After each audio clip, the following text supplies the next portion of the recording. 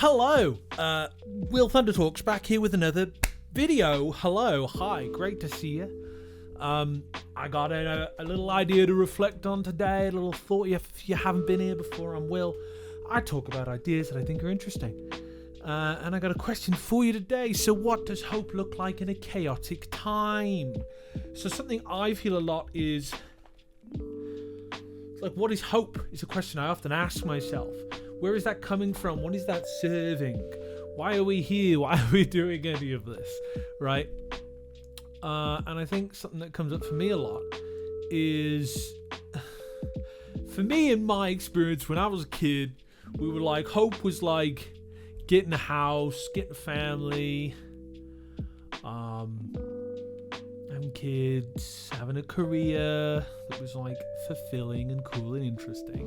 And I guess the arc I've kind of gone on is that actually, like, the world is like naturally chaotic, right? There's like a ton of chaos, and I think something that was sold to a lot of us when we were younger is this idea that you can just take the stable path that's been trodden before you, and then for me it was like it was the 2008 financial crisis, and then in the UK there was the Tory austerity that started in the early 2010s that gutted public services, made everything pretty rough, and like minimized opportunities for people in my generation.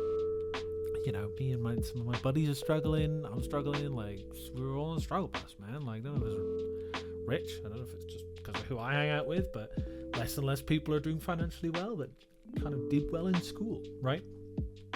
And when we've been sold this idea that like the perfect life is the great life is having bought your own home, having your family, having your kids, and having a career, like, that's not necessarily the world we live in, right?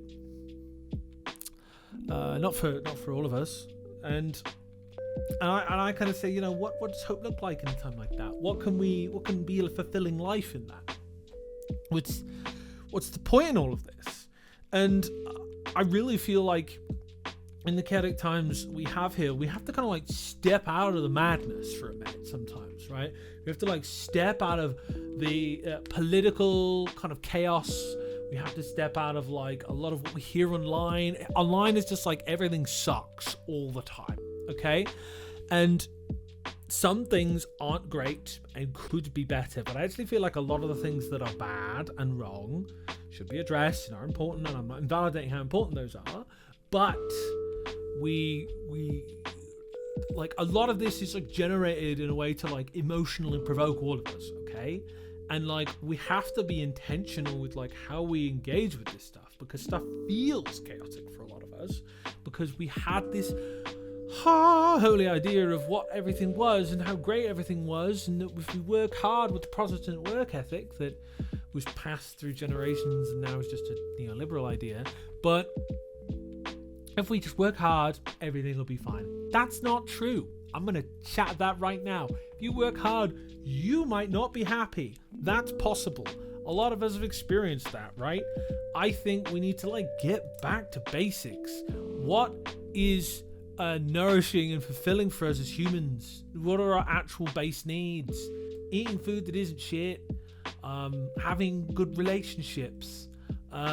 This technology we're on right now makes that kind of harder. It makes it more awkward to genuinely connect with people, and we all get lost in our phones, in our little funk, in our little speech bubble of brain thoughts that get pooed back and forth into our mouth and into someone else's mouth, and often they're negative because that's emotionally provocative. So we need to like be stalwart guards of our information that we're taking in. How can you be like hopeful in that? It's hard, right? And I think some of the things that kind of bring me hope are that I still can like have a moment to breathe. Sometimes we can't have that, right?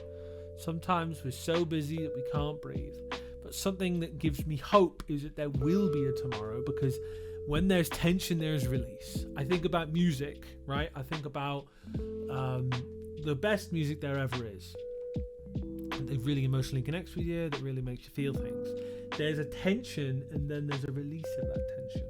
That's life, man. Sometimes stuff gets really tense, and sometimes this could be cope, and part of this is cope. But sometimes life is really hard and really sucks. But there will be a release at some point. And the hope is that, like, while everything's terrible, fundamentally, we all kind of come from the mud, right? We're all just people figuring out our best. And all of this feels bad. All this feels chaotic in relation to the lives we're having because of the standard that was set in our childhoods, right? I'm speaking from a millennial point of view. We have these expectations about how our life should be. Those expectations aren't actually relevant to, like, the life we're living right now, right? I don't know if you guys feel this. I certainly feel this, but, like, those expectations are, like, irrelevant. Like, I know people who are earning, like, absurdly good money and still can't afford a house, earn 2 or 3 times what I earn a year, and they cannot buy a house. And to me, that's nuts. But that's because that's the expectation we've been given, that we have to own a house. We have to own a house and have all the money. Money. There you go. Here's another one. Money doesn't make you happy. And I'm a poor guy. I don't have any damn money, okay? But money after a certain point doesn't make you happy. And people are gonna hate that. People are gonna downvote that. What do you mean I don't need more money? You do need money up to a certain point to afford your basic necessities and have a good quality of life. But you don't need 10 million. You don't need 100 million. You don't need a billion. So what do we need, right? Because I've known rich people with millions that, like, are, like, the most depressed people in the world, like, very depressed, because they're devoid of genuine human connection, right? And the hope we need to have here is, like, and how we can feel hopeful in these times is like doing what we can to kind of help us lean into having moments of release,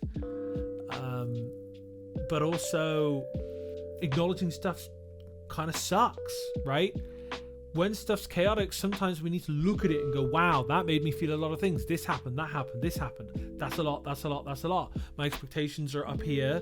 My reality is down here. That hurts, right? We can't have hope if we can't accept that our expectations of how life should go have been circumvented somehow, right?